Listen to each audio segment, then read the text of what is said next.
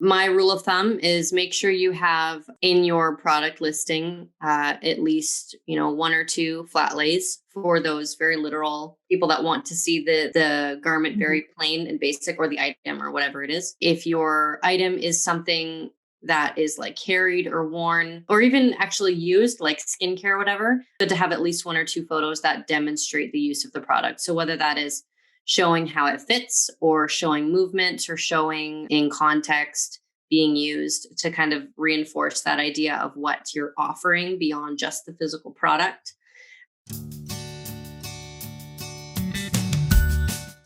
Hello and welcome to the Small Business Sewing Podcast. Join host Kathleen, that's me, from Sunny Mountain Patterns, and Brandon from Daily Sews and Stuff, and guest experts as we discuss how to run successful sewing businesses, innovations in sewing, and ways to make more money doing what you love. Hey guys, welcome back to the Small Business Sewing Podcast. I'm Brandon from Daily Sews and Stuff, and this is my co-host Kathleen from Sunny Mountain Patterns. And today we're joined by Naomi Kragt, who is a small business branding guru. That's actually the name of her business, is Small Biz Branding. And we had her on a few episodes ago. It was the crazy episode where we didn't actually record the whole thing by mistake and technical difficulties. So part of the deal was that we decided we'd have her back on so that we could finish talking about the things we wanted to talk about. And because she had so much good information that we didn't want to miss any of it. So today we're focusing a little bit more on the photography side of things. She used to be a photographer before she started her business, I think. I'm sure she'll correct me in a second if that's wrong. So she's had a lot of wisdom to share with that. And, when you have a small shop, that's a really important thing, is to make sure your photographs are good. And I mean, even with my YouTube stuff, that's a really important part. So I think we can all learn a lot from her. Welcome, Naomi. Hi. Yes, I was a photographer before I had a small shop for a while. I still kind of dabble here and there, but decided the business part of it wasn't for me. And then promptly went into a different kind of business. So, but it helps. It kind of helps wherever you are in business. Photography is helpful. Yeah, and I have to say, we actually were waffling between asking about making logos and doing product photography. And today pretty much cinched my decision to do product photography, because I was just telling Brandon and Naomi before we started that I asked one of the Facebook groups that a lot of the customers that would buy my product are in.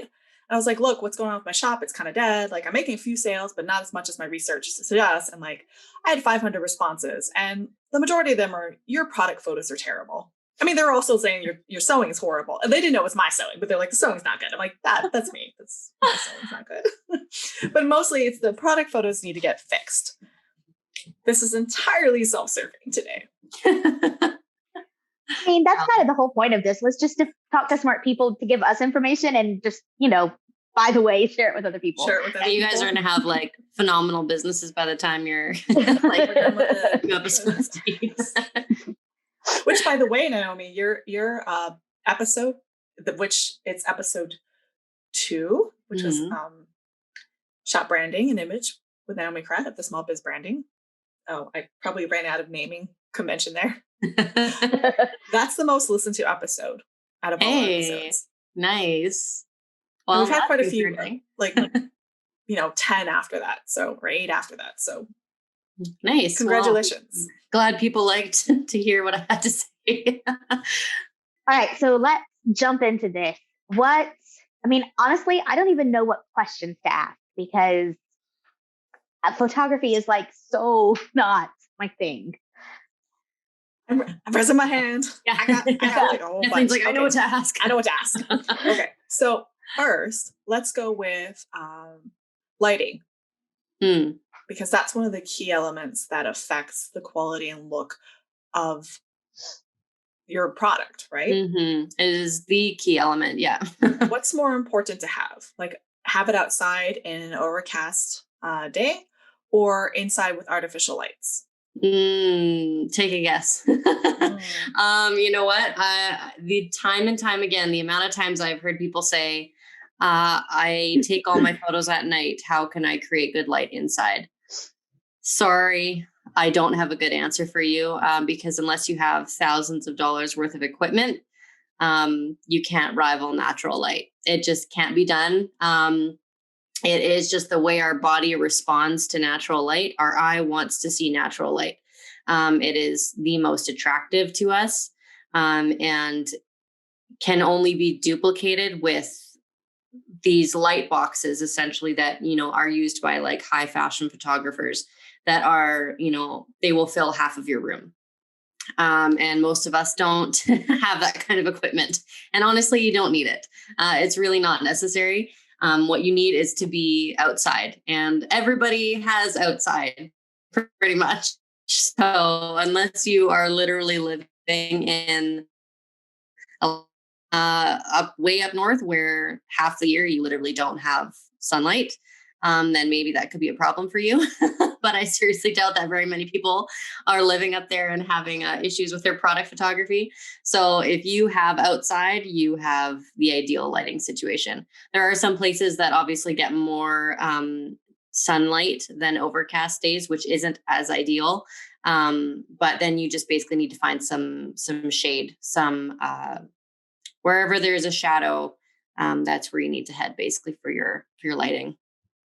Yeah, so you answered my second question. It was a follow-up because some of my pictures are done out basically in the stark, bright sunlight, like mid-morning, 10 o'clock. And the feedback was that the light is way too harsh. So what could somebody who has too harsh light, that is I was going to add for sorry, me. go ahead. What happens if somebody's taken the photos in too harsh light? Like, what are the what do they call it? What's the aftermath of it? Well, what can you do to try to tone down the harsh lighting? Oh, in post-production. In post-production. Thank you. Oh, great question. Yeah. Nothing. Okay, so basically I have to retake the photos. So I'll get a little bit technical with you. So most people, when they're taking photos, either with their phone or even with a DSLR camera, they're often taking pictures in JPEG, the JPEG format, which basically, in a nutshell, it leaves you with very little that a post-production software like Lightroom can work with. It doesn't give you a lot of wiggle room. If you're using a DSLR, look into, just like Google it for your camera model, how to shoot in RAW format, RAW, all caps. Because basically what that is a, instead of taking an image and kind of solidifying in this file, this is what the image looks like, it basically collects data about what the camera is seeing. And then your post-production software like Lightroom interprets that data, and you can change it vastly more than you can change a JPEG. So if you're taking in too bright of light and your picture's blown out, which means the whites are like, it looks like there's a light in your picture, and oftentimes you'll see it on skin tones or on the sky, it's like extremely bright. Actually tone that down if you've taken a raw image. But if you are shooting in JPEG, like with your phone, there's a lot less of an ability to fix those problems, in which case you really need to make sure your lighting is on point or really close to it, because you can't change it quite as much after the fact. So maybe that's kind of a good question, a good place to start. Most people have a phone. Very few people don't have a smartphone. Not as many people have a DSLR. Was that the right letters? So, if I'm working with my phone, number one, go outside. But other than that, what's the next step? What's the next thing I need to know to take a good picture? Great. Yeah. So if you are, once you're going outside, basically the things you need to avoid is direct sunlight. And now, don't get me wrong, there are photographers that are experts with direct sunlight, but it is not something that is easily mastered. I have not mastered it myself. It takes years of practice to figure out. So just don't go there. If you're listening to this podcast, don't go there, because that's not where you need to be venturing. Just avoid direct sunlight at all costs. Find some shade. And your best case scenario is when the light is coming not directly above, but at an angle. So either a top corner or from the side. And that just creates kind of an interesting light, and also more attractive shadows on your subject or your item. Because when the light is coming straight down on, for example, like your subject's face, it creates really dark shadows underneath the eyes, underneath the chin and the nose, and it just is not a good look. The only thing worse than light coming from directly above is light coming from below, and that also creates a really unattractive situation. The only exception to that is when the light is coming from directly above, if you're doing like a flat lay, and then you'll get a really even light, so it's okay in that respect, but sideways light is good for flat lays as well. So like whenever we have family pictures taken and our photographer says we're going out during golden hour and it's always in the evening, is that's kind of what you're saying? Make sure so that's because now that is one of the ways that direct sunlight can work well. You're creating kind of a backlit situation, and it creates what you call a rim light. So often when you see that kind of shining halo around people around the border, that's called a rim light. And that's just another fun way to play with light. But the key aspect in doing golden hour is that the sun is very low on the horizon, and it is not a harsh light. It's quite a warm.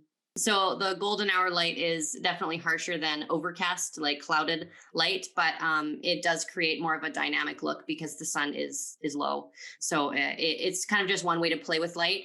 But yeah, the key to golden hour is that the sun is very low on the horizon and it is coming sideways, not directly above.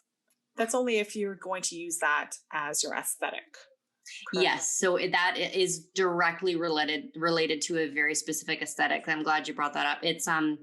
It's often for photographers something you'll see a lot, or not something that you'll see much of, because it does create a very specific high contrast and warm aesthetic in photos. So if that's not really your style, if you like more bright, airy, or light or soft, I'll avoid golden hour for sure, because it's going to create more of a high contrast, bold photo. But that works really well for some people as well. So if that's your style, then go for it. So when you're saying that the light needs to not be directly above, then we're just kind of basically avoiding noon and You're waiting for the sun to be. Basically, I mean, depending on where the sun sits, where you're living. Right. Yeah. You're avoiding from, I would say, at the earliest, stop shooting at 10:30, 11 in the morning, and don't resume until at least 3 to 4 in the afternoon. Okay. Yeah, in Hawaii, we have something called Lahaina Noon. It's where you literally do not cast a shadow. Yeah. Because the sun is so directly overhead. So the worst situation possible for photos. Yeah. So I'm not working with a lot. That's why it's fun. Yeah. So yeah, the other thing with shooting in direct sunlight is you do see a lot of people trying to shoot products in direct sunlight because they think bright light is good. Mm-hmm. But unfortunately that often blows out the photo, makes it way too bright. And it is notoriously incredibly hard to edit the color in photos that have been shot in direct sunlight. And then also it creates a really harsh shadow underneath your product, which isn't a super good look either.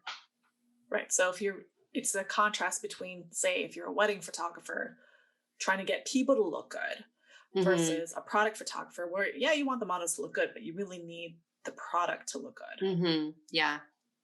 Which I'm finding is the same thing. Everyone's like, oh, your models are so cute. But photos terrible. Cute models get you a lot, but you definitely need to have that technique down, because what you're creating is essentially someone what someone's imagination is supposed to be. If they see a great photo, and they start to imagine what that looks like for themselves, and if you're showing them a mediocre photo, they're not going to really put much effort into thinking like, oh, maybe this could really look cute on my kid. You're kind of communicating to them more of an experience and a mental imagery, rather than just showing them how great the product can look, if that makes any sense. Right. Because people. So that also, so that also makes it sound like, I don't know what the right word is here. Backdrop, I guess, is important then too. I mean, obviously you don't want it to be like trashy, but if you're creating an experience, the background is going to be part of that experience. Very much so. Yeah. So if you are, for example, shooting, kids playing with toys, and you have a really cluttered living room, you're not communicating to people what they want to see. They don't want to see, oh my gosh, here's one more toy in my kid's hoard of toys. We already have too much. They're going to bypass it pretty quick. But if you show them, here's a clean living room and a kid playing nicely with wooden toys on the ground, you're communicating to them that this is all the kid needs to be happy and playing. And it's not going to be hectic or create a hectic atmosphere in your house. And I know most people have the ability to see that and be pretty objective about it and realize that a toy is not going to change their life. But subconsciously, they are going to respond well or not well to a photo. And you obviously, it's better for your sales if they're responding subconsciously well to it.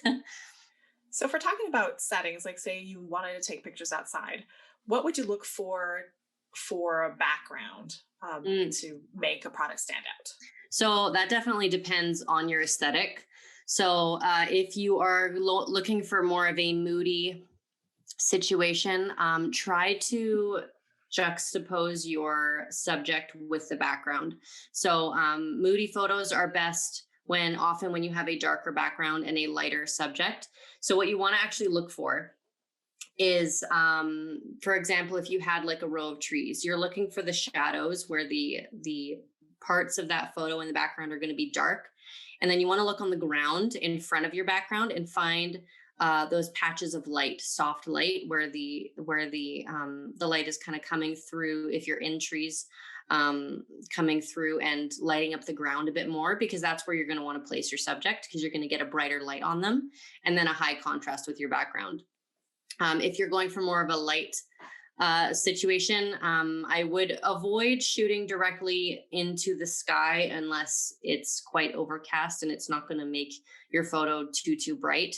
But you don't have to look for that really dark space in the ground. You can kind of just go with more of an open space and whatever appears lighter, and just go for less contrast, basically. So basically some shade, but not a lot. Yeah, so it kind of depends more on where your shade is positioned, I would say. Kathleen, what would you say is your style? What style are you going for your product photography? I was going for like the golden, it's summertime type of look, and your kids are perfect and wear linen and don't get it dirty or tear it type of look. That never happens, right? No, it never happens. So when you say like summery, do you mean light and bright and playful, or do you mean like golden hour? Probably more golden hour. Okay. But my problem is where I'm taking my photos, I have a mountain range in between me and the setting sun. That's great. So I don't have a golden hour. Literally ideal for golden hour. I kid you not. So, is it? I thought it was. Yeah. So you can make that work. Okay. So you may not necessarily get the sunset like you would with it setting on the horizon. But when the sun goes behind that mountain range, you're going to want to take your photos with that in the background, or just setting behind it, because you're going to get that rim light on your subject. And then when you go into post-production, your photo is likely going to look very blue, because that is what happens at twilight after the sun starts to set. And you just jack up the yellows in your photo, and it is going to make it look really warm, super inviting. And then that's how you'll get that golden hour look. That was the point.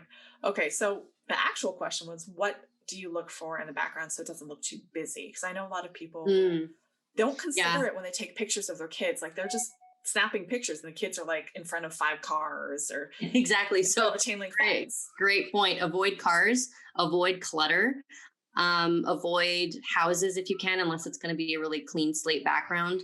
Nature is usually better than infrastructure, because people don't tend to like to look at buildings and roads and signs. And keep an eye out for things that just don't fit. So power lines, straight voice, bright colors that you don't intend to be there. Anything that distracts, basically. So look at, take a few photos and then look at them and think like, what is distracting me from the subject of this photo? And oftentimes it can be like, oh, I didn't even realize there was like a stop sign in the background. It may be really small, but it's there, and you notice that little red dot. Power lines are a big one. They're a big blech, nobody likes to look at power We lines. want to pretend power lines don't exist. Exactly. We want to pretend power lines don't exist. Yeah. We have electricity, but it gets here magically. Exactly. They go underground in the ritzy part of town here. They go underground now, so they're not overhead. Yeah, nice. They do in some places in Canada, not in Vancouver. Unfortunately, we get power outages a lot. As I said, in the ritzy parts of town, not in the part where I live. Yeah, we have a lot of tall trees and a lot of wind, so the power goes out several times a year. Yeah, lovely.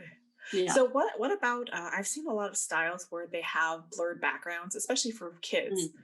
So that you basically can take it almost anywhere, unless you have like obviously something industrial. Yes. Like car. Use that to your advantage for sure. That's a great way to do that, to make your background more appealing. What is the technique for doing that on a DSLR? In case people are using DSLR like me. Should we start with phone and then move to DSLR? Yeah, let's go with phone. Using phone. So with phone, I was actually going to ask you what's your favorite phone app for taking pictures, because I'm sure that has nothing. Option. I use the iPhone camera. What? Portrait mode. Just portrait mode. Portrait mode essentially creates kind of a faux bokeh, is what they call it. BOKEH. It's the blurred background. It's the lights when they look big and blurry. Portrait mode just creates kind of a faux bokeh. It figures out where your subject is and then takes the rest of it and blurs it. The worse your light is, the more obvious that the bokeh is fake. So it does create kind of a weird, you've probably noticed it a few times, a weird line where things start to blur. And that is just most often when your light isn't good, or it's having a hard time deciphering between your subject and the background behind it because they're too close. So the further your subject is from the background, the easier that portrait mode is going to work. And the better your light is, the better it's going to work. So I have photos that I've taken on my phone that you literally would have no idea was taken on a phone, because it was just the right light. And I saw it and was like, oh, let's take a picture. And it turned out amazingly. And I take 90% of my pictures on my phone. I don't like lugging around my big expensive cameras, even though I love to use them. Yeah. But yeah, portrait mode on your phone for most people. Do you have any? And then at DSLR, what you're going to want to.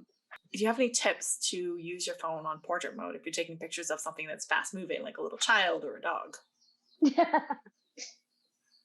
a legitimate question. Yeah, it is a legitimate question. Many have tried. You have succeeded. Yeah. Because portrait mode on your phone is not conducive to fast moving items, people, children, dogs. It's not ideal for it, unfortunately, because it needs time to think. So you'll just get a lot of blur. My suggestion for that, if you're photographing fast moving things, which obviously children are at times, you should go with more of a wide angle if your camera has the ability to do that, or just the normal shooting mode, and experiment with your position. So like get down low. That usually makes it a lot more interesting to look at, versus just at eye level. Changing your position, either getting down low or getting up high, is usually the most interesting way for the human eye to see something, because it's not what we usually see. So people's eye will be drawn to photos that are taken from a different perspective. So if you are trying to take a picture of something that's moving fast, use the normal mode or the wide angle mode on your phone, but just try to change up your position. Sorry, I took a drink at the exact wrong time. What I said earlier is my phone is not that fancy. It's not new enough, but my husband's phone is. And so I just steal his whenever I need to do that. Because it's really, I mean, it doesn't make somebody like me that has no idea what I'm doing actually take nice photos. So I know Kathleen has a DSLR and some people do when they start their shop. So what's something you can do for the same effect with that? Yeah. So what you want to do with your DSLR is essentially put it on aperture priority mode. So you'll see that dial on the top of your camera on most DSLRs, and there's going to be an A on it, on that dial, and that represents aperture priority. So without getting too technical, aperture is essentially how much light your camera is letting into the lens. And the less light it's letting in, the more of a clear kind of one-dimensional image you're going to get. The more open and more light that lens is letting in, the more you're going to get that blur and that bokeh, and your camera focusing on the subject that you've focused it on. So when you open up your aperture, which means basically turning it lower, the lower the number, the more open. It's really confusing. I don't know why it works that way, but the more open your lens is going to be. So you want to go for a low number. And the camera is basically, when you're on aperture priority mode, you're going to say the other settings to allow for that aperture that you've selected to get your exposure right, basically. Some of that made sense. Kathleen, I was somebody who has a but I don't fancy have my phone. battery. I was trying to do it, but I don't have my battery, and I have a plug-in because I was videotaping instructions. Yeah. So I couldn't try it. I'm gonna try it right now. Kathleen, take a look at the top of your camera, though. Can you take a look at the can you take a look at the top of your camera? Podcast of me doing this. You see that dial on there? Yeah, I've got an A plus and an A with a film next to it. The A with the film would be for video, most likely. Okay. Oh. I have an AV. I think that's actually the aperture. I don't know because I can't turn it on. I left my I have the wrong battery in here to turn it on. It's in the other phone. That's okay. So you just play with different ones because all cameras are going to be a little bit different. But generally speaking, that dial should be there and there should be an A. And you can always Google for your specific model how to go to aperture priority, and then turn that number down low. And this also obviously depends on what lens you're using. Different lenses have different abilities to create that bokeh and how much it's going to create.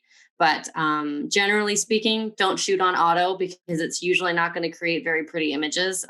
That's what I've been on. Shooting on auto essentially is telling your camera just to properly expose, and that's about it. But if you want to get creative, stick on aperture priority, and you'll have a lot more control of how the image actually looks. Because what I've been doing was on manual focus. Don't shoot on manual focus. That especially if you have moving subjects. Because it's very hard. I don't recommend it. Yes, absolutely. I 100% don't recommend it. Or you will get 500 comments on how terrible either your sewing is or your photography. Which I'll admit, my sewing's not the best. I have like a little kid hanging off of me half the time I'm trying to sew. Yeah, that's okay. Give aperture priority a shot, and you will be amazed at all of a sudden you can create images that are like, oh, hey, that actually looks good. I didn't realize the camera could do that. I thought it was me. No, it was you because you didn't have it on the right setting. Yeah. Well, you know what though? It's funny because the vast majority of people, when they buy a DSLR, they think auto is going to be the best bet because, hey, this camera takes great pictures. But the camera, you could take fantastic pictures with a horrible camera, and you can take horrible pictures with a fantastic camera. It is all about A, light, and B, knowing how to use the camera to your advantage. That's true. So speaking of the blur in the background of the bokeh, which was not what I thought it was. I'd see it mentioned, and I thought that meant like some vegan meal replacement thing made out of cardboard. I'm not saying all vegan meal replacement things made out of cardboard, just that one. Is there a way to do it post-production? Or should it most ideally be done when you're taking the picture?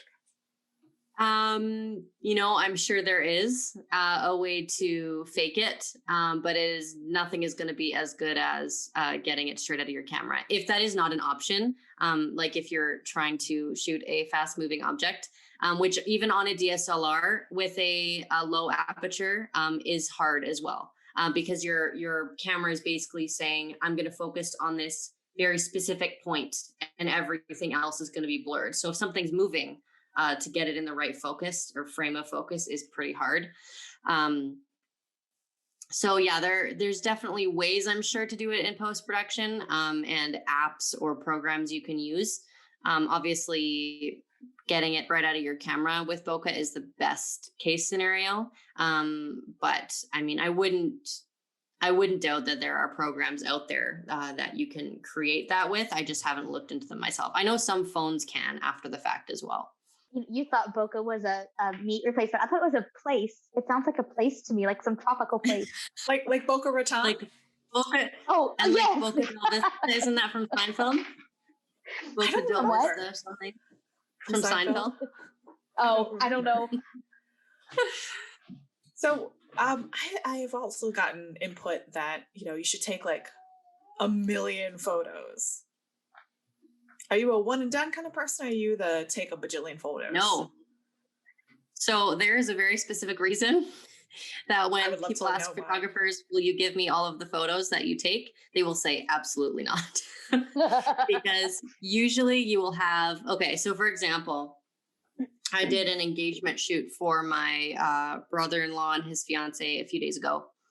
And I will probably end up delivering them maybe 40 to 60 photos, I'm guessing. Maybe a little more if I find more in there that I like. But I easily took almost, I think, 700 photos. Good gracious. In total. So yeah, you will take a lot of photos. And I mean, there's the extreme of that. People call it spray and pray, where you just like shoot everything and hope that some of them turn out good. This is usually what like amateur wedding photographers do. And they hope they come up with something good. It's if that is what you have to do, you probably shouldn't be charging for your services. But yeah, take a lot of photos because you'll probably find one good one out of 10 photos that you took. And that's when you get good at it. If you're like up next to a photographer while they're working, you'll hear probably 3 clicks for every picture that they're taking because people blink, people move their hand, people, things change, birds fly through, because you'll never get the perfect shot with one photo. You'll always wish you took a few more. Was it Zoolander where they were like models and they were at a photo shoot and like it was a huge deal because this famous photographer was coming and he walks in, throws off his coat and like presses the button once, goes chick, and he's like, I am done, and he leaves. So that's not how fashion photography works. Oh, it's funny because fashion photography, when you see the back end of like photo shoots for magazines or whatever, it's funny because you'll notice like, oh, they have like 6 different outfits here that you never saw the photos of. And it's just because they will try everything. And that is in the case of having a completely controlled and perfect lighting and set situation. And cooperative so models. their only variable, sorry? Yeah. And so their only variable is the subject they're shooting, and they will still take tons and tons and tons of photos. Yeah, I've noticed cooperative models are not easy. Do you have any secrets of taking photos of your kids? Other than like tying down, because that's not effective. That's frowned upon. Those are your product images. Do I have secrets of taking photos of my kids? I'm sure you've taken plenty of photos of your kids. Yes. Yeah, definitely. Let me conjure up my secrets. I try to get them to run away from me and then run towards me. And just, click that shutter as they're running. Because you'll probably get 1 or 2 in there that work. Not if you're using, trying to get bokeh, that's not going to work in that case, but it'll get a fun running picture. And I would usually put the camera on the ground when I'm doing something like that. For my daughter that loves dresses, I get her to twirl, and that's always a fail safe. If I'm trying to get detail shots, I'll wait till the toddler discovers something on the ground that she wants to look at. I mean, basically I just follow them around. And I try to have them in a space that is going to attract them to more attractive places. So like I wouldn't have them in a backyard if there's tons of toys all over the place. Like I'd probably want to clean it up first and then kind of direct their attention over to something that is going to look nicer. I'll get them to hug each other, but that only works if your kids like each other in the moment. Attractive toys, like wooden toys, are a good one. If it can capture their attention, it looks nice in a photo.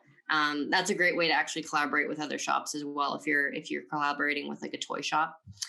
Yeah, I've noticed plastic toys do not look good in pictures. No, they rarely do. Especially for handmade garments. Yes, exactly. Because you're you're catering to a very specific demographic, which you usually wouldn't gravitate towards brightly colored plastic toys. So yeah, that definitely doesn't work. So you have to keep in mind, are all the elements of your photo going to appeal to your demographic? Because, you know, one little thing could throw people off. So I try to find them in a good mood, and don't force it. If they don't want to do it, don't force it, because you're just going to get tears. It's just not going to work. Yeah. Yeah. You gotta be willing to, yes, the trick is finding them in a good mood. Give them a snack beforehand or bribe them with something after. That has worked, actually. I have bribed my kids. I'll give you a treat if you take a few photos with mommy. Yeah. Does it sound They spend the whole time all? asking you for the treat, but you can't tell that in the photo. That's why you don't take video. Exactly. If you do, silent. But I think what you were saying earlier about the thousands of pictures, that was the lady that usually takes pictures of our family. I have 2 children who are both very fast and frequent movers. Mm-hmm. And I swear she is like lightning, and she takes a million pictures because that's the only way to get it where they're all paying attention. And you can get great photos of fast moving kids. I have one of mine is very fast as well. But you catch them in the right moment and you're like, yes, like never going to get that photo for another 6 months, but I got it that one time. Yeah. It's like you grew a tomato. Yeah. There's one of my son there's one of my son like mid-run, and I'm like, I have no idea how you did that, but that's amazing. Sometimes professional photographers are amazing. Which is actually another question we have. But I think Naomi is frozen. You're frozen. Either you're able to stand there for a really long time without moving, or sit there. She was having a staring contest. No. You just didn't know it. I lost. Yeah. Am I back now? Yes, you're back. Yes. So before we actually move on, I was going to ask about hiring professional photographers. One of the biggest problems I've noticed a lot of people have when they're selling products, especially garments, is how to do good flat lay. I think somebody jokingly was like, you have to stand on your left leg only, close one eye, do it between like this and this hour, only on the 3rd Saturday of the week of the month. And then pray. Special prayers. Yeah. I think it was was it? I noticed somebody said something about flat lays in the group, and all the comments were just like, I'm like, oh my gosh, I have no idea how to do that. Yeah, we have to do a workshop or something on flat lays. Flat lays are tough. Some people are innately good at them. I'm not one of those people. They are not like, they don't come naturally to me. I have to work at it. And I would say my flat lays are definitely not the best in the business, but I mean, they don't have to be the best. They just have to be decent. So, which I would say, just thinking about the answer. If you don't know what a flat lay is, it's those pictures where it's just the outfit laid out like it's worn by a very paper thin person. Yes. Without the person. Like they have some, it's a very literal depiction of a garment usually. I would say, honestly, the best way these days to get good flat lays is to kind of expand your definition of a flat lay. Because I think we often get hung up on this need to have the item folded perfectly flat on the ground with the proper props. But that does get old, and it's hard to get creative with that because it's been done millions of times. So my favorite way to get creative with flat lays is to switch it up. So folding items and stacking them, or putting them in a different place, not just on a piece of poster board on the ground. Hang it on a hook, hang it on a hanger, throw it on the corner of a nicely made bed, over a chair, like just kind of honestly getting creative with it, because I think people are kind of tired at looking at the same old flat lay. And you can still use them for product photos for people that when they're looking at a product, they want to see a very literal depiction of an item, because they might be looking for a certain detail or something. But I think we need to kind of move away from this traditional flat lay, because I think I've seen too many shops where you look at their Instagram feed and every other photo is a different version of the same flat lay. And I don't think that customers are very interested in seeing that a lot of the time because it does get boring. How do you convey like size or dimensions in a flat lay? That's my challenge. Could you expand on that? So, for example, I make a pants and a shorts version. How do you convey that this is in fact shorts versus pants, or what the length of the shorts would be? Or is that just beyond, like, where the shorts would fall? Would they be, are they short shorts, like little running shorts? Or are they, about knee length shorts, Bermuda shorts? I would say leave that to your lifestyle photos. Because there definitely should be, my unofficial motto is, if it is offered in your shop, then it deserves airtime in your promotion. Even if it is something that has been available for 2 years, it needs to be regularly making an appearance in your promotion, because otherwise people are going to assume you don't offer it anymore. So even though you've seen those photos 50,000 times, the people that follow you haven't. And they like seeing things over and over if they are interested in your product. So have lifestyle photos, have different flat lays, and don't feel like every photo has to communicate everything about your item, because people are going to look for the lifestyle photo to see how it fits, which is super important. And then they're going to look for the flat lay to see, is it wide? Is it more of a slim fit? Is it, I want to see the material close up. I want to see how you did the sleeve. Like, for example, those things. People will look for different things from different types of photos. So just focus on making those photos look nice, and the people will find what they need to find in your different photos. Riley, you have any questions before I hog it some more? No, I mean, a lot of, let me back this up just a little bit and try that sentence again. I don't take a lot of photos for daily shows and stuff. I mean, like, I might take a thumbnail photo or something, but most of that is video. But, if I do a tester for you or somebody else, then it's really good to have these tips for getting those tester shots good. And I think, a lot of shops where I've applied to be a tester, I am going to assume that one of the main reasons that I don't get it when I don't get it is because of the photography skills, and lack thereof. So I think these are all really good tips for people who want to do that, or for people who have the shop, or whatever it might be. And it's very interesting, but it's also like, I don't know, photography is not my thing, and so I'm like, oh, this all makes so much sense, but I don't know how much I can actually put into practice until I go try it. Yeah, it makes sense. Yeah, that's the important word. So speaking of which, it does take practice. I won't lie. There is no quick fix to photography. It takes practice. Oh yeah, I hate those people. They're like, well, why are you charging so much as a professional photographer? All you're doing is taking pictures. Have you seen some of the pictures I've taken? Like, I would not hire my mom to do any pictures, because like, she is the worst photographer. It's crooked, it's blurry, her fingers in the way. Like, she just takes pictures. Like, I'm grabbing stuff.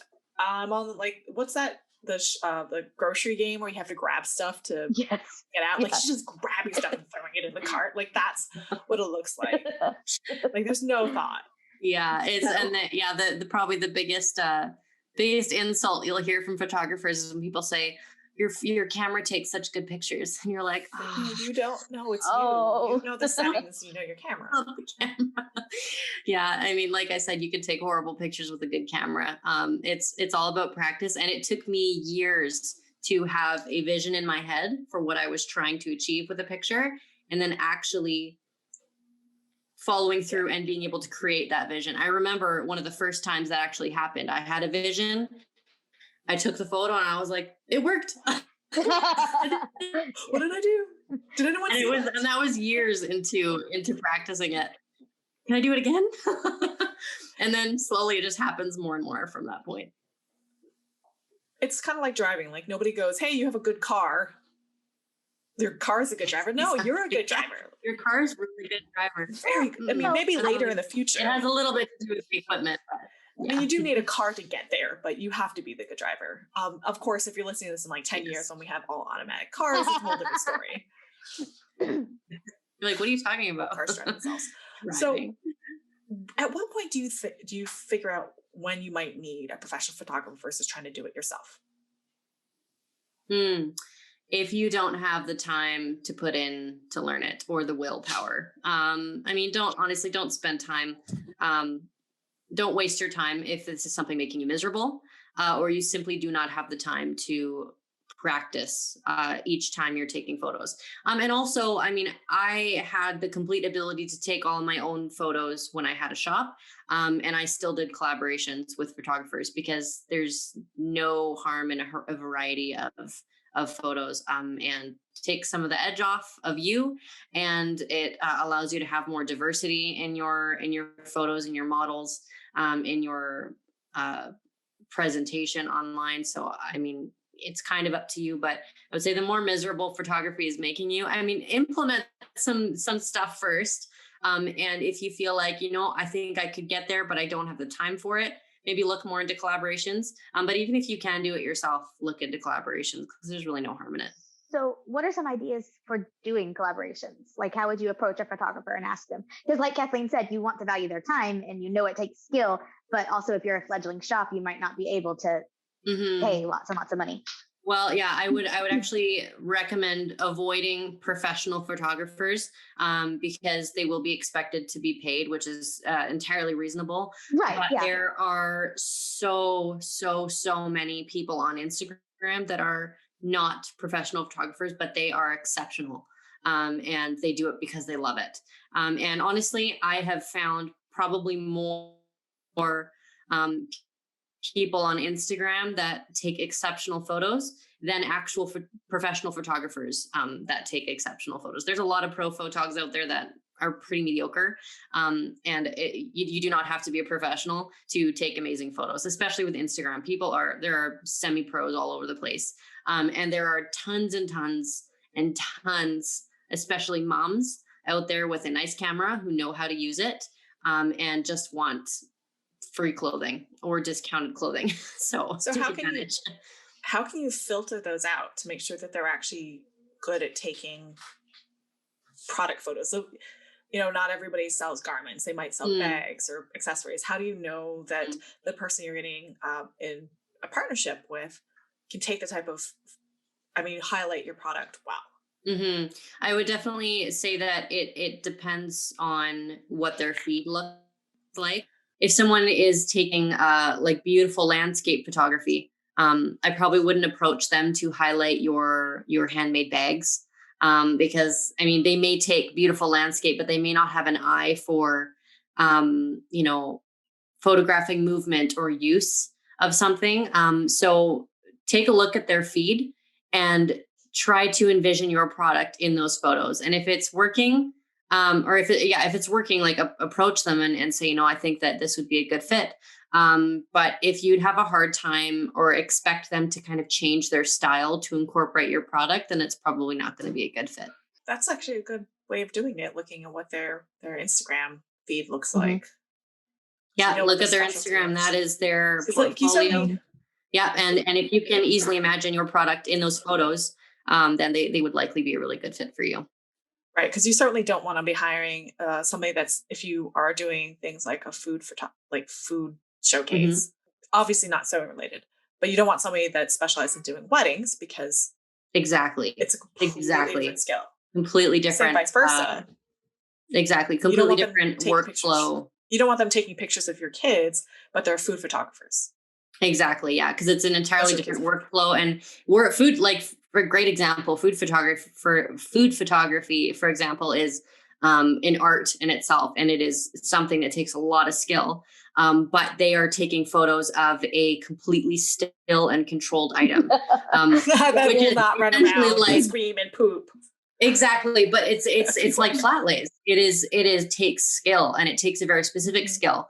Whereas I like taking pictures of people and a movement.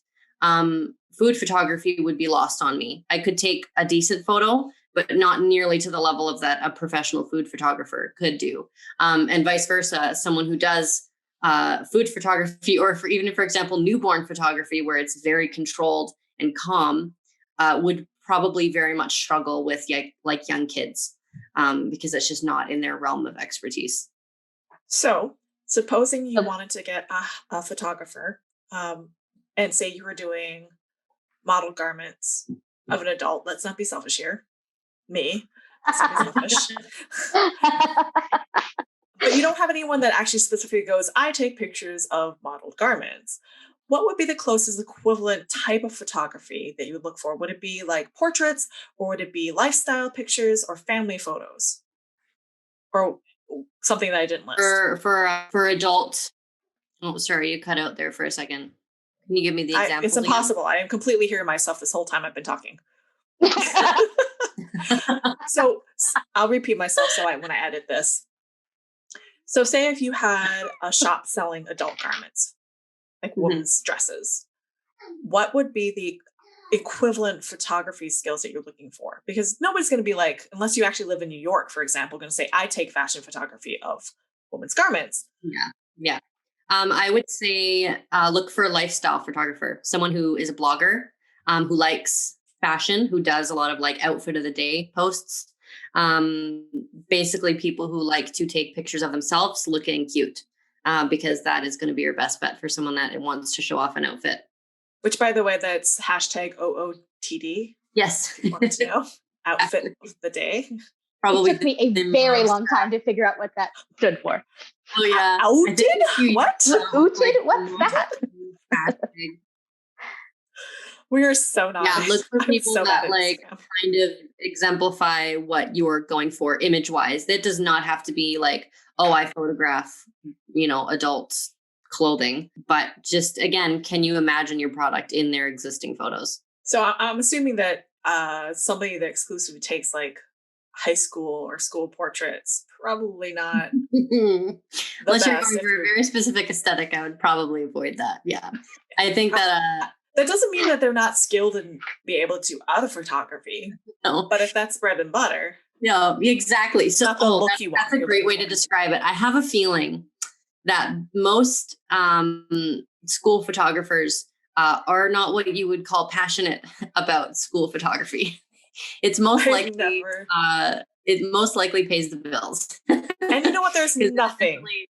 What's nothing wrong with that? There's nothing wrong with paying the bills. My kid has picture day on Monday, and how grateful I am for that photographer. But it is not an inspiring position to be in. It is necessary, but not necessarily inspiring. So, some people like predictability, and good on you for it. I'm not one of those people, but I wish I was. Usually people who take predictable photos aren't necessarily on fire for it, but a lot of wedding photographers feel that way too. It doesn't really feed their creativity much, but it pays the bills. So, yeah. We have a lot. As a former toddler teacher, I'm laughing at y'all saying school pictures are predictable. I don't think any of the toddler pictures were predictable. They're predictable in the results you get, not necessarily in the process. The process. She meant. There's no telling how many houses around here have pictures of their kids and my legs in them. Trying to hold them still. Yeah. So what do you think about like using a wedding photographer? Because that's actually what I'm thinking about doing. We have a lot of wedding photographers in Hawaii right now that are not working. And I'm not going to ask for a discount, but they certainly can use the business if I do decide to go with a professional photographer. Yeah. And especially if you were doing, a lot of wedding photographers also have experience in like portrait and family photography, because the skills transfer very well. So I would say that that's definitely an option. Wedding photography, portrait photography, it's kind of falls under the lifestyle kind of umbrella. So, especially if you're taking pictures of adult garments, it would transfer very easily. Yeah. Okay. So what can you normally expect from a professional photographer, how a photo shoot's going to go? This is entirely a selfish question. Yeah, no, hard to answer because that would entirely depend on the photographer. It's going to look different for everybody. For example, with me, I am slow. I like to move slow, because when I get too excited or moving too quickly for the sake of trying to get as many photos as possible, I mess up my photos. So I like to take a deep breath and look at my surroundings and try to slowly figure out what is going to work and what's not going to work. Don't be surprised if a photographer is like, nope, I don't like that. Let's move on to something else, because it's not always going to turn out the way they expected it to.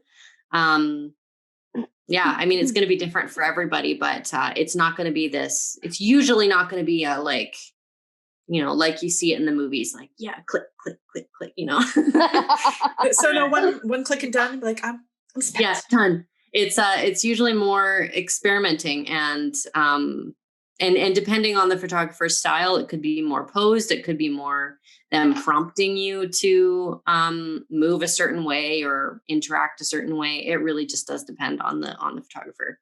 So this is where finding out what the photographer's aesthetics and style are key before you hire them. Yes, very much so. When it comes to the end product, don't attempt to ask a photographer to change their style for you, because really it is up to their creative license, how they want to edit an image and take an image. And if you ask them to change their style, they're probably not going to do it as well as you hoped they would, because they have honed their skills to a certain style that they prefer. So for example, if someone who does not normally shoot in golden hour is asked to shoot in golden hour, they're not going to have nearly as much experience with that type of light, or vice versa. So it is really important to keep in mind what they create, what they have created before you have approached them, and what they consistently create. And find someone whose aesthetic matches as close as possible to what you want it to turn out with. That's the best bet, honestly, in being happy with the end product you're getting. Okay, so speaking of editing, what type of editing software do you recommend for somebody that's taking their own photos? Lightroom, always Lightroom. Which is, it's a paid Lightroom. service. Is that the Adobe? It is free on mobile, which I use 90% of the time, honestly, because I take pictures on my phone. Yes, Adobe Lightroom. You can pay for it on desktop if you want to edit raw images or just edit on your desktop in general. I believe it's $15 a month, maybe $10 or $15 a month. It depends on if you get the sale. Yes, yeah. Depends what can you do on Lightroom is actually my question, because a lot of people don't understand the difference between Lightroom and Photoshop and some of the other equivalents. Oh, do not go to Photoshop. Photoshop is amazing. Don't get me wrong. Photoshop is phenomenal. It is a powerful tool that takes years to learn. It is incredibly complicated. And this is coming from someone who did photo editing professionally and was expected to use Photoshop for to a certain extent. And I'm like, I know nothing about Photoshop. It is super complicated and would take a long time to learn. So if you're new to photo editing, do not go to Photoshop. It also is a lot slower than editing with Lightroom. Now, Lightroom and Photoshop are meant to be used in tandem for people that need the use of Photoshop, but most people don't. So Lightroom basically, it does a lot of things in terms of color profiles, lens corrections. It gets quite complicated as well. But the good news is that most of that you don't actually need to touch unless you actually are interested in going into those things, or you're trying to fix something very specific in a photo. This normally isn't going to be the case for people. So the main things that Lightroom covers is exposure, which is like the brightness of your photo, and white balance, which is the warmth and undertone of your photo. And then beyond that, you can change things like the sharpness, the detail, the contrast, the lights, the shadows. You also use presets. Presets are fantastic. And a great way to create consistency. So if you ever hear people talking about presets, they're talking about Lightroom, basically. It's just what the levels of things like your CMYK, your cyan, magenta, yellow, and whatever K is. Black. Starts with a B. Don't people know how to spell? Blue also starts with a B. So they made black the K. And like, sorry, Naomi, I learned this, like, and it changes like the exposure and the sharpness and how not Exactly. sharp, how blurry it is. There's a lot of things you can change in Lightroom. Most of them a preset takes care of if you're using a preset. And I usually would recommend, because creating your own preset is incredibly difficult. I totally messed up. I bought a preset and I screwed it up. Uh-oh. I don't know. They're all like light and airy, but you have to have super dark pictures to do it with. And then everything just looked washed out.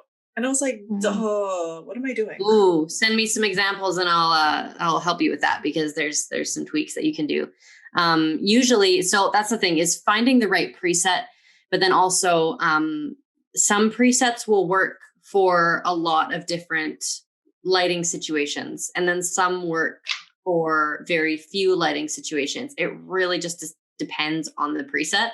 I found one maybe 2 years ago that I use for everything, because I found it works well for light photos. It works well for moody photos. I just love the way it looks. And then I had another one, and that one was like $10 maybe. What then I had another one. Sorry? What's it called? What is it Give called? us your secrets. It's called Dark and Moody by 123 Presets. And they're I have heard of them. Yeah, they have so many on there, and it's where I point everyone for presets, because they're cheap and they always have a big sale on, which obviously just means that they're really never really on sale, but they're great. I found that they've worked really well. And then I also paid like $80 for a preset before that I find works for almost nothing. Yet people rave about them. And every time I apply it to a photo, I'm like, this is horrible. This just does not look good. So find the right preset. And it might take a little bit of experimenting, but try not to buy too many super expensive ones, because it doesn't necessarily mean they're going to be better. So what I heard you say is the Lightroom app is free, but then the presets that you buy cost money. Yes. The mobile app is free, and you don't need a preset to use Lightroom, but it does definitely help with making your images cohesive and also simplifying the editing process. Okay. If you don't know what any of this means, Google go hire a photographer. Yeah, exactly. If all this is confusing, You need collaborations then. Yeah. Which, I mean, you can definitely do. I've heard of people doing product for photos, or they're having product for models. But right now, I'm kind of slowing down just because we're still in, COVID's still a factor and has been since, last year. Forever. So I was using what I got, but. Yeah. I mean, and you know what, editing with Lightroom, it isn't too complicated. It sounds complicated, but really the reality is, when I edit a photo, I apply my preset and then I adjust my exposure and my white balance. And then other than maybe straightening it or cropping it, that's pretty much it. Lightroom also gives you the ability to do some spot correction if you pay for it. Yeah. The desktop version I've had, where I've had to like blur, I've had to spot correct like a bruise or a cut on my kids, or they had a leaf stuck to their butt. Yep. Sat on the ground. The other day was removing power lines in a photo, because I had the composition I wanted, but those power lines went right through the sky, and I'm like, well, we'll just delete those. A lot easier than Photoshop. Yeah, because Photoshop, I think you have to do a bunch of things with a pen. Photoshop is a process. It's, I mean, better, but to the untrained eye, you really wouldn't notice. Well, I think too, especially people are going to be looking at your photos on their phone. So the photo is going to be very small. If they're looking at it blown up on the wall, it would need to be more. Point. Yes. So, I mean, a wedding photographer would want to make sure that certain things are done at a very high quality standard if it's going to be blown up and on a wall, because those little details you'll notice more than looking at a photo for 10 seconds on your phone. Okay, so since people are going to be looking at their photos on their phone or computer when they're shopping, what are the main types of photos that a shop owner should have to showcase their product? My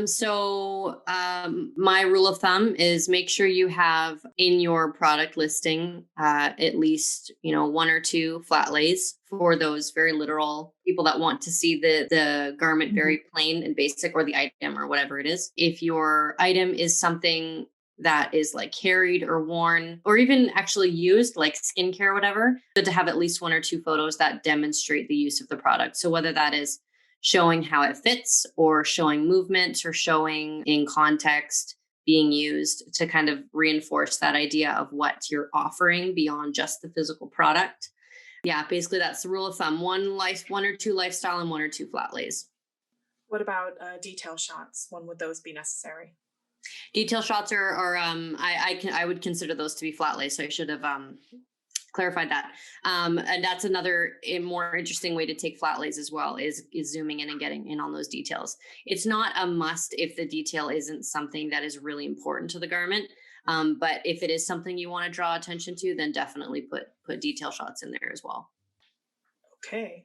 I was going to ask more detailed stuff about flat lays, but that's probably more detailed than people need to know. I've gotten so much advice on like what type of flat lays, because they're like, well, don't use a sheet on the ground. I'm like, well, that's what I had. I was at our industrial concrete that's been colored in chalk. Yeah. It's a tough one, because, you know, having the right background for flat lay is sometimes it works for you, sometimes it doesn't. So, I mean, concrete could be great in some aspects, and then others, it's like, oh no, that's not what I was going for. So it really does depend on the individual situation. Well, I've also noticed that having flat, hard surfaces make for a better lay than having wavy surfaces like grass. That's not Yes. ideal. Very, very much so. Unless what I'm showing is hard. Yes, exactly. So yeah, that's a great point. Having kind of a soft item on a soft background often doesn't work. If people are photographing on like fur, for example, you want to make sure that you're not getting lumps showing through, and because it's just going to kind of degrade the quality of your photo. So a hard surface is definitely ideal. Don't get hung up on the typical backgrounds being, you know, aged wood or pure white is kind of what half of people tend to gravitate to, because it's been done. So, you know, let's get creative and try different things. I mean, you can use those for sure if you want to, and especially if it's your aesthetic. But you don't have to always stick to the same background. You can change it up and get creative. I used aged wood when I took flat lays the other day because that's what my deck is made out of. Yeah, well, you know what? That's the other thing I say is, if you want aged wood, find aged wood. Don't buy a plank of vinyl that looks fake, because it always looks fake. And it might create a cohesive look, but it rarely exudes high quality. So if you don't have aged wood around you, go find a nice laminate and buy one box. You could buy it for, I mean, I have from our renovation, boxes of hardwood sitting in my closet that were probably $40 a box. So it's not going to blow your budget crazy out of proportion if you're going to use it consistently. So buying one box of hardwood or a nice laminate is going to be a much better option than using like a vinyl, or even like a marble tile. Making like a 2x2 square. Oh, yeah. Is a great option to use. Food photographers do that a lot, using like small portions of marble or countertop. Yeah, because they want it to look like it's on a luxurious counter. Exactly. And it works, doesn't it? Because nobody can tell. Like, oh, you have such a nice kitchen. Yeah. And then just also layering textures, adding texture to a background is a really great way to make your flat lays look more interesting. What about the people that take the flat lays and then they edit out the background? They just have like a white or a plain color. Yeah. In my opinion, there is a time and a place. Sometimes it works, but often the way I'm seeing it done isn't quite right. So it can work for sure if it's done nicely, to create like a cohesive white or a colored background, if that color fits in with your branding really well. That's definitely a fun way to do it. But my one piece of advice that I think people get hung up on is they make the white too bright. And it looks blown out, and it really distracts from the garment. So you need to tone down the whites. They don't need to be, they don't need to match the white of the background of your website. And if that is what you're going for, then you need to be very strategic about how you're photographing the items. So you can do that, but I will say right now it is not easy. It's not easy to achieve, and your best bet is probably actually using a light box. And that's like one of those contained boxes that creates that background for you without completely just blowing out the background. Doing that artificially is going to be kind of an uphill climb. It's not easy to achieve a clean image while making your background that bright. So I usually recommend not going that direction. If you want that white backgrounds, find a piece of white poster board, because that way you don't have to digitally change it and you can brighten your image and get that nice white background. But it's going to look softer and not so blown out. And then you also won't look like your image is kind of cut out and pasted onto a white background. Does it look like somebody cut it out of a magazine? Exactly, because the problem is, and people might look at those and realize it doesn't look quite right, but they don't know why. And the reason is because you have nixed the shadows. And your eye expects to see shadow. So when there is no shadow, it gets confused. It doesn't. Yes. Okay. What's wrong here? And it's that the shadows are gone. And it's something you don't notice when you're trying to do it. Because it's something that you take for granted. Exactly. And then when it's gone, you're trying to think, well, what went wrong here? Why does it look funny, but you can't quite figure it out? Okay, so let's since we've been doing this for a while, let's summarize. What's the top tips for somebody that's taking photos of their, like the top 3 tips for somebody taking photos of their product, what they should look for and what they should be doing? Find good light during the day, in shadow. Your best light is going to be natural light, not in direct sunlight though. So either on a cloudy day or in shade. Pay attention to what you're doing with your camera. So whether you're using a DSLR or a phone, try to move outside of the, stand, point and shoot, change up your position, get down low, get up high, get creative with your positions, because that's definitely going to change the dynamic of your photos for sure. It'll make them more interesting to look at. And practice. It's going to take practice. There's really no way around that. But as you practice, you will get better. And then just checking out like YouTube videos of people showing you different techniques. There's more than 1,000 different techniques that people can share, and little details that would take hours and hours and hours to talk over all of them. But YouTube videos of people sharing little techniques can be completely invaluable. They're super helpful. So when it comes to practice, watch YouTube videos. It's super helpful. Okay, thanks, Naomi. It's been selfishly a very useful podcast. I'm glad that it was helpful. Yeah, I have to go retake all of my garment photos, and or hopefully my kids have grown more into them, and or resew them, because apparently I'm a terrible sewer. I'm upset. Well, do you press them before you photograph them? No, I'm lazy. I really should not. Yeah. Because well, so my in my defense, another thing is that, that's how you're trying to depict your product, right? So giving them a good press and making them look like that is going to help a lot in the photos for sure. Because again, shadows is a natural byproduct of light, right? So the more wrinkles that you have on your garment, when the light hits it, it's going to emphasize those wrinkles. So pressing is going to help a lot. In my defense, one of the shops that I was modeling after, she's on Etsy, so you can see how many sales she has a week just by checking, being a stalker. She's in iron her stuff. Not the back. She has a sheet background. She don't iron any of her stuff. I'm like, like every single thing they said was wrong with my photos. I'm like, that's what she does, except for the bad sewing. But I can iron. That's not a big deal. But I think too, like what you're saying is the bad sewing. I think sometimes it's just that trick of the light too. Like if somebody says, "Oh, this doesn't line up," well, does it really not line up, or is it just the way the photo looks? You know what I mean? No. You don't understand. It doesn't line up for me. I am a messy sewer. I am not particular. I don't care. Strike sewists then, Kathleen. Yeah. Yes. You're not trying to sell the garment, right? So you don't of course be concerned about the garment being sewn properly. You just need to be concerned about the pattern. So maybe you should find somebody that can better exemplify how good the pattern is. Yeah, I have to find somebody local, so I don't have to keep shipping things around. It costs a lot to ship things in Hawaii. That's why I'm not selling garments, because I'm like, I could do like one outfit, but it would take me like 3 days to get it perfect, because I'd have to redo stitches all the time. Which doesn't help either. No, and so I'm not I can't do that. Anyway, okay, so we've covered some of the basics. You know, if you're going to use your camera, try to use portrait mode.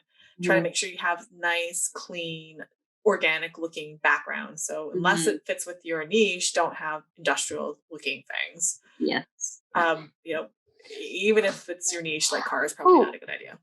Wait, can I interject a question there? So like you just did. Okay, can I interject another question in there? So when you said industrial things, in my mind, I'm thinking like skyscrapers, concrete, glass, reflective surfaces. I don't necessarily think like a brick. If somebody's standing up close to a brick wall, or like a house with wooden siding, are you including that in industrial or no? No. So yeah, if you can find a building, or I mean, even if you were in a city and that was your aesthetic, then that works for you. But what you're really going for is kind of the ideal version of your background. So again, like no porta potties. Sorry, no porta potties. No porta. I avoid them. But like, mountains are great, but try to stay away from the power lines. A cityscape is great, but cityscape is great, but nobody wants to look at the cars. A brick wall would be fantastic because it's more of a background than kind of a representation of something, if that makes sense. It's, and like the side of a house, is a great option for a lot of people. Okay. But, maybe in front of a row of houses is going to be distracting. Okay, that makes sense. Yeah, so pretty much I think I've got to go back to my original desired aesthetic. I've got to go into we have a botanical garden that's got lots of beautiful overshading trees. It's got a lot of dramatic, like, lava rock walls and all this really nice, earthy looking things, and go back to that instead of trying to chase somebody else's aesthetic. Absolutely. Just doing what I would find attractive. And if you're trying, that's what we talked about last time. Yes. Did you? Yeah. So go listen to episode 2. Oh yeah, that's on our last episode. I would definitely say that if you are trying to focus on the sales of a product, then don't get hung up too much on the background. Use that bokeh and that portrait mode and really try to focus in on the product. And then when you do have the background shown in the photo, then you'll know it's going to look nice and it's not going to be distracting. But really try to focus in on that product and make that the focus of your photo versus getting too hung up on the background. Okay, I think that's a good place to end it. Why don't we ask our 4 questions? Yes, you're going to have to, because I don't have them. I'm going to have to because Brandolin's computer is out of commission today. Yeah. So first off, what is your favorite time-saving tip? For photography or just in general? Let's kind of make it more photography specific. What's my favorite time-saving tip? Doing batch shooting. So if I was taking pictures of my kids for outfits, I would pick a couple outfits and just get it done when the kids are in the mood and when I can keep their attention for half an hour, if that. But not putting that pressure on myself to photograph every day, but picking a day that works, especially if you have unpredictable weather. That's a better way to do it. Batch work your photography for sure. Okay, how do you price things? Even though I know that you're not doing product much anymore, you're doing more of the courses and doing photography and brand imaging development. But how did you price your products when you items? Basically, I would take the total cost of my product. So being everything from the materials to the tags, anything attached to the product, as well as my manufacturing costs, whether that was paying someone else or paying myself to manufacture. And I would times it by 2.5. And then I would kind of play with the number to make it a nicer number. So it wasn't like, $39.38, something weird like that. I'd play with the number, and then that usually gives you like a 50 to 60% profit margin. And that works for a lot of shops because the age old kind of double your cost and then double that. Ends up with like $80 kids t-shirts, and nobody's going to pay that for a kids t-shirt. So you might get one person the whole year to buy it. Exactly. Hey, great! I made this. It sounds like a lot having a 30% profit, but in reality, you still have to cover your living expenses Yeah, and I a would whole bunch say of other things. 50 to 60% profit is what you really want to aim for, at least for products, because especially if you want to do any kind of wholesale is not a big money maker, and that is what your wholesaler or your buyer is going to expect to pay, is at maximum 50% usually. So keeping that in mind if you're going to do any kind of wholesale, and then covering cost is more than you'd think. So you're definitely not raking it in, because after, especially if you offer free shipping or other costs involved, overhead, you definitely want to aim for 50 to 60%. Okay, and I'm leaving that ding in there, like you said something profound. Yeah, right. That was my email. I think so. I'm just waiting for my phone to cha-ching while we're talking. I have it on silent, so I won't do that. It's on my computer. That happens a lot. I had to plug mine in. I hope it didn't sound fuzzy or something. No, it's fine. Okay. So what do you automate? I get a text and I can see that. Sorry? What do you automate? What do I automate? Social media. I schedule posts beforehand when I take time to do it, which I'm not perfect at. But I will.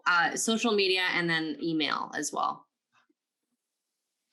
And I think too, what you were talking about with the presets is kind of a way to automate your photography. Yeah, your post-production of your photography. It's taking a style, because if you had to do that to every photo, you would be spending 20 minutes on every photo, which, okay. It is okay to do that if you're photographing and editing in small batches. It is totally okay to spend that much time on each photo. I'm talking when you're editing 100 photos. 1,000, yeah. You definitely don't want to spend that much time on every photo. And you get faster as time goes on. So that is a great form of automation too, is presets. So for your emails, what do you use a app to manage? I use a ESP, an email service provider. So I use Flowdesk currently. There's so many different ones you can use. I like them because they make pretty templates that I can use.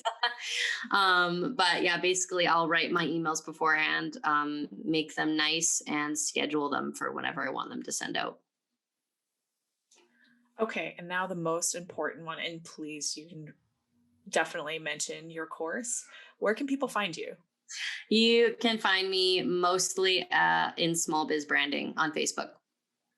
It is Biz with a Z. I just finished going through the course. If you're American. Yeah. So please repeat yourself about the course after I rudely interrupted you. No, I just finished doing the course actually with a group of people, the first round of graduates. So it will be launching probably in the fall again. But we do like several Q&As in the Small Biz Branding group. So if you're looking to start somewhere, that's going to be the best bet, because we do usually like weekly Q&As on all different topics related to small business and branding and sales and social media and all that kind of stuff. So if you're looking for a place to start, that is going to be the best place to start. I'm a member of that group. So this is actually how I sourced Naomi to come on the podcast. And I joined after the last one. Oh, nice. And I've been finding it very useful. So good. I'm so glad. Congratulations. What if you were like, yeah, it's not that great, don't go try it. Well, I wouldn't have invited you on then, would I? It's secret twice. Yeah.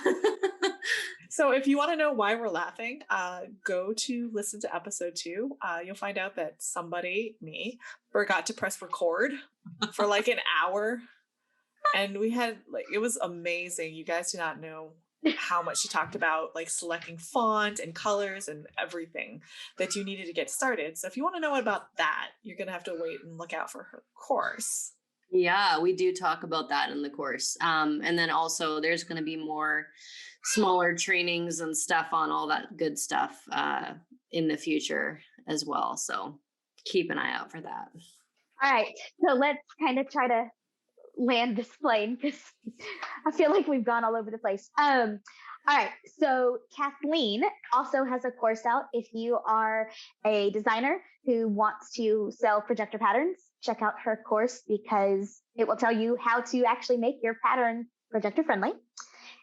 She also has an Etsy shop where you can hopefully see some new photos soon of her products called Sunny Mountain Patterns. And you can find me on YouTube daily, Dailey, Sews and Stuff. I do a lot of videos about projector sewing and sewing in general and patterns and things like that. So we will see you guys in the next episode, unless there's something I'm forgetting here. I feel like we lost Kathleen. Oh, I'm sorry. There is something I was forgetting though. You can find us at the Small Business Sewing Community Facebook group. And okay, now I think I might be done. So we're supposed to be doing questions, but none of us prepared for any of this because it's been a hectic week. So just leave a comment if this is helpful on the Small Business Sewing Community. And please ignore my child that is crying right now.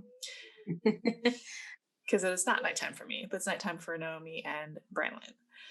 So this has been Kathleen and Branlin for the Small Business Sewing Podcast with Naomi Kragt. We did not mention her website, which is Naomi Catherine. Yes, .com, Catherine with a K. Yeah.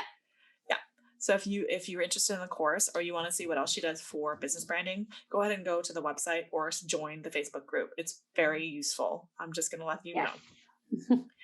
So you've been listening on how to take photography for product photos and listening to my 18-month-old fussing about the door on the Small Business Sewing Podcast. Thanks. Okay, bye.